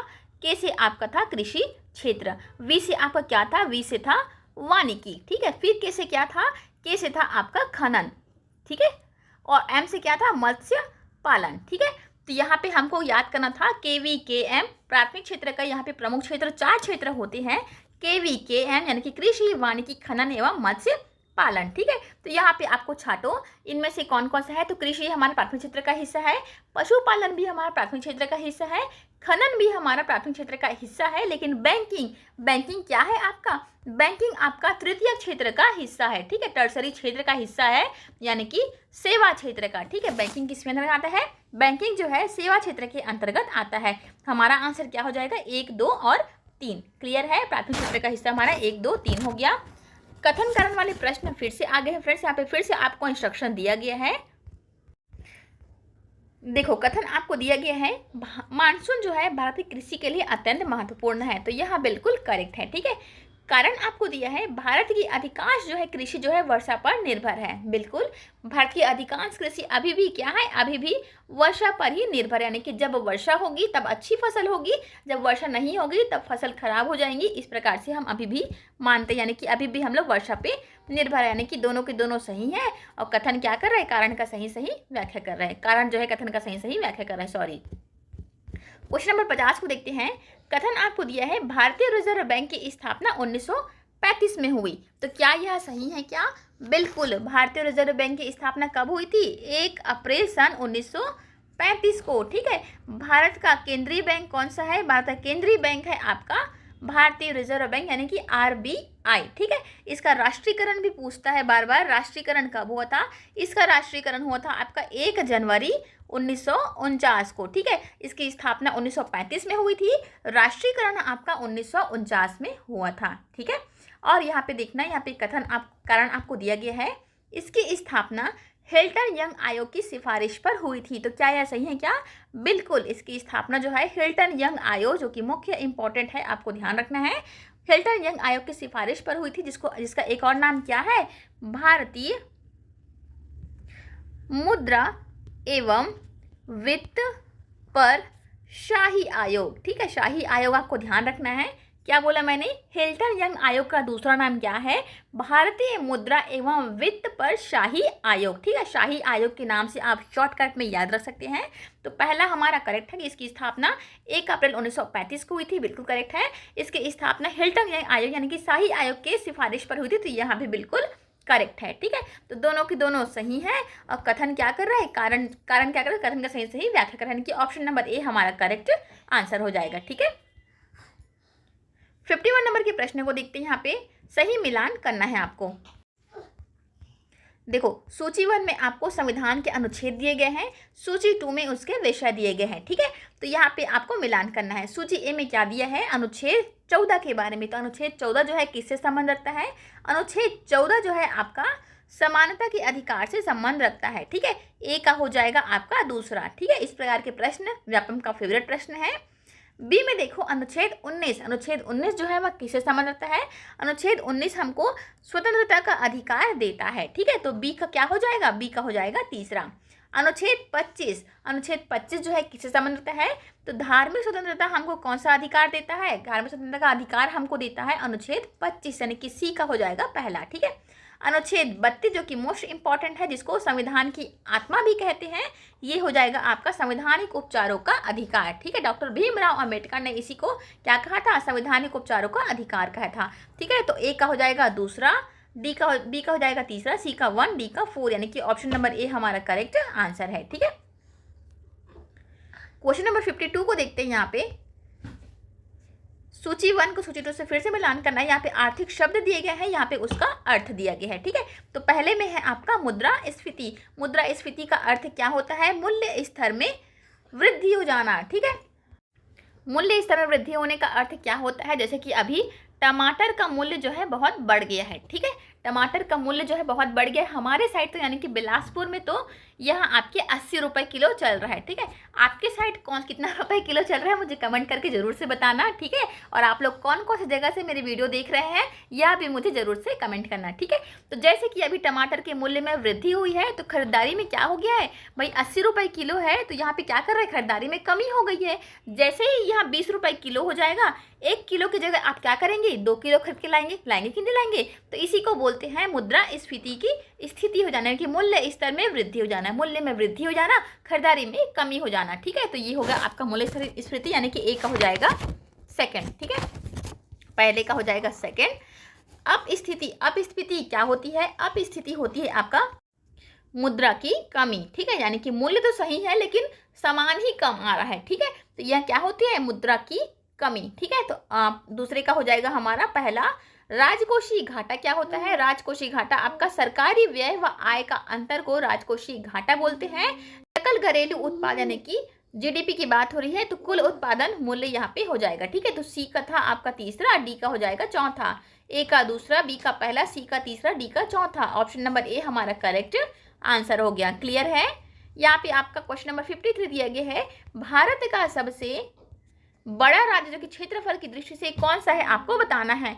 थोड़ा सा इजी यह प्रश्न लग रहा होगा फ्रेंड्स, ठीक है, लेकिन एग्जाम हॉल में जब इसी प्रश्न को देखेंगे ना तो आपको टफ लगता है, ठीक है, क्योंकि एग्जाम का प्रेशर ही बहुत रहता है, इसलिए हमको टफ लगता है। मैंने मिक्सअप क्वेश्चंस किए हैं, ठीक है। अगर आपको इजी लग रहा होगा और टफ क्वेश्चन लेकर के आना है तो यह भी मुझे कमेंट बॉक्स में कमेंट करके एक बार बता देना, मैं अगले वीडियो में उसको इम्प्रूव करने की बिल्कुल कोशिश करूंगी, ठीक है। और साथ ही आपको जैसे कि टेस्ट सीरीज का मैंने बोला था, टेस्ट सीरीज जो आपको 49 रुपीज़ में मिल रहा है, इसके अलावा मेगा टेस्ट की वीडियो भी हमारी अपलोड होंगी, ठीक है। तो मेगा टेस्ट में आपको ऐसे ही एक्सप्लेनेशन के साथ वीडियो चाहिए या डायरेक्टली आपको टाइमर के साथ आंसर वाली वीडियो चाहिए, यह भी मुझे एक बार से कमेंट कर देना, ठीक है, ताकि अगली वीडियो में मैं आपकी डिमांड के हिसाब से ही वीडियो लेकर के आऊँ, ठीक है।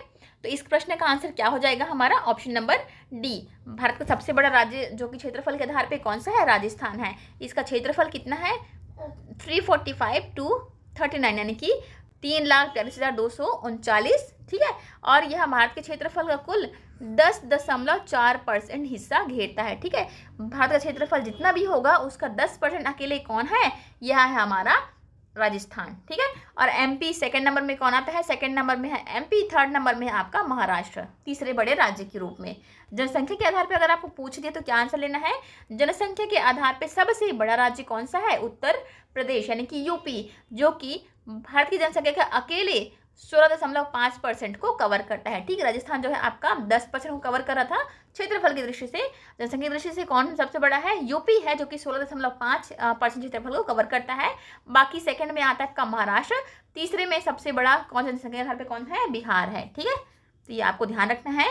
अगला प्रश्न देखो, भारतीय संविधान का निर्माण किस वर्ष पूरा हुआ आपको बताना है। तो किस वर्ष पूरा हुआ था? या 1949 को। अंगीकृत भी कब किया गया था यह भी पूछता है। अंगीकृत शब्द अगर आपको जोड़ दिया तो भारत का संविधान जो है अंगीकृत कब हुआ था? 26 नवंबर 1949 यानी कि इसी दिन यह बन के पूरा हुआ था, ठीक है। लागू कब हुआ था पूछ दिया, तो लागू हुआ था हमारा 26 जनवरी 1950 को, ठीक है। इसी दिन हम लोग क्या मनाते हैं? इसी की याद में हम लोग गणतंत्र दिवस के रूप में मनाते हैं। ये अंगीकृत वाला शब्द इस्तेमाल करके बहुत पूछता है, जो कि आपको आंसर देना है 26 नवंबर 1949, ठीक है। क्वेश्चन नंबर 55 को देखते हैं, दांडी मार्च किस वर्ष हुआ था आपको बताना है, ठीक है। दांडी मार्च किस वर्ष हुआ था? तो देखो यहाँ पे आपको थोड़ा सा ब्रीफ में आपको एक्सप्लेन करती हूँ। दांडी मार्च आपका 12 मार्च 1930 से चालू हुआ था। कहाँ से? साबरमती आश्रम से। कहाँ से हुआ था? साबरमती आश्रम से आपका दांडी मार्च चालू हुआ था, ठीक है, जो कि खत्म कब हुआ था? 6 अप्रैल 1930 को, ठीक है। लगभग 1 महीने चला था यार। तो 12 अप्रैल को चालू हुआ था साबरमती आश्रम से, खत्म कब हुआ था? 6 अप्रैल 1930 को। दांडी में नमक कानून तोड़ने के साथ यह खत्म हुआ था। तो हमारा आंसर हो जाएगा ऑप्शन नंबर सी, ठीक है। 1930 कहाँ से चालू हुआ था? यह जगह का नाम पूछता है, तो साबरमती आश्रम से, ठीक है। क्वेश्चन नंबर 56 को देखते हैं, योजना आयोग का स्थान जो है किस संस्था ने ले लिया है आपको बताना है। यह भी व्यापम का पूछा हुआ प्रश्न है, ठीक है। तो योजना आयोग के स्थान पे अब कौन सी आयोग चलती है? तो अब चलती है हमारे नीति आयोग, ठीक है। योजना आयोग की स्थापना कब हुई थी? तो 15 मार्च 1950 को हुई थी, ठीक है। और नीति आयोग की स्थापना कब हुई है? 1 जनवरी 2015 से नीति आयोग जो है कार्यरत है, ठीक है। इसके माफ़ कीजिएगा, इसके अध्यक्ष कौन होते हैं? जो वर्तमान के हमारे प्रधानमंत्री होते हैं वह इसके मुख्य अध्यक्ष होते हैं, यानी कि पीएम। हमारे पीएम कौन है? नरेंद्र मोदी जी, ठीक है। नीति आयोग के अध्यक्ष हमारे प्रधानमंत्री नरेंद्र मोदी जी। इसका स्थापना कब हुआ था? 1 जनवरी 2015 से यह लागू है, ठीक है। तो ये सब पंचवर्षीय योजना, अर्थव्यवस्था इसमें इस प्रकार के टॉपिक में इंक्लूड रहते हैं, ठीक है। तो जरूर से वीडियो को वॉच करना फ्रेंड्स। मेगा टेस्ट 2 के लिए आपको चैनल को सब्सक्राइब करना है और चैनल को सेव करके रखना है, अपने दोस्तों को ज़रा शेयर करके रखना है, ठीक है। तो चलिए मिलते हैं अगले वीडियो में। टेस्ट सीरीज के लिए आपको कमेंट जरूर से करना है कि आपको टेस्ट सीरीज चाहिए कि नहीं चाहिए, ठीक है। उसके हिसाब से मैं आगे का प्लान रेडी करूँगी, ठीक है। लॉन्चिंग प्राइस है हमारा 49 रुपीज़ ओनली, ठीक है। तो 49 रुपीज़ में आपको 10 मेगा टेस्ट मिलने वाले हैं। ज़रूर से मुझे कमेंट करके आप बता देंगे, ठीक है। मिलते हैं अगले वीडियो में।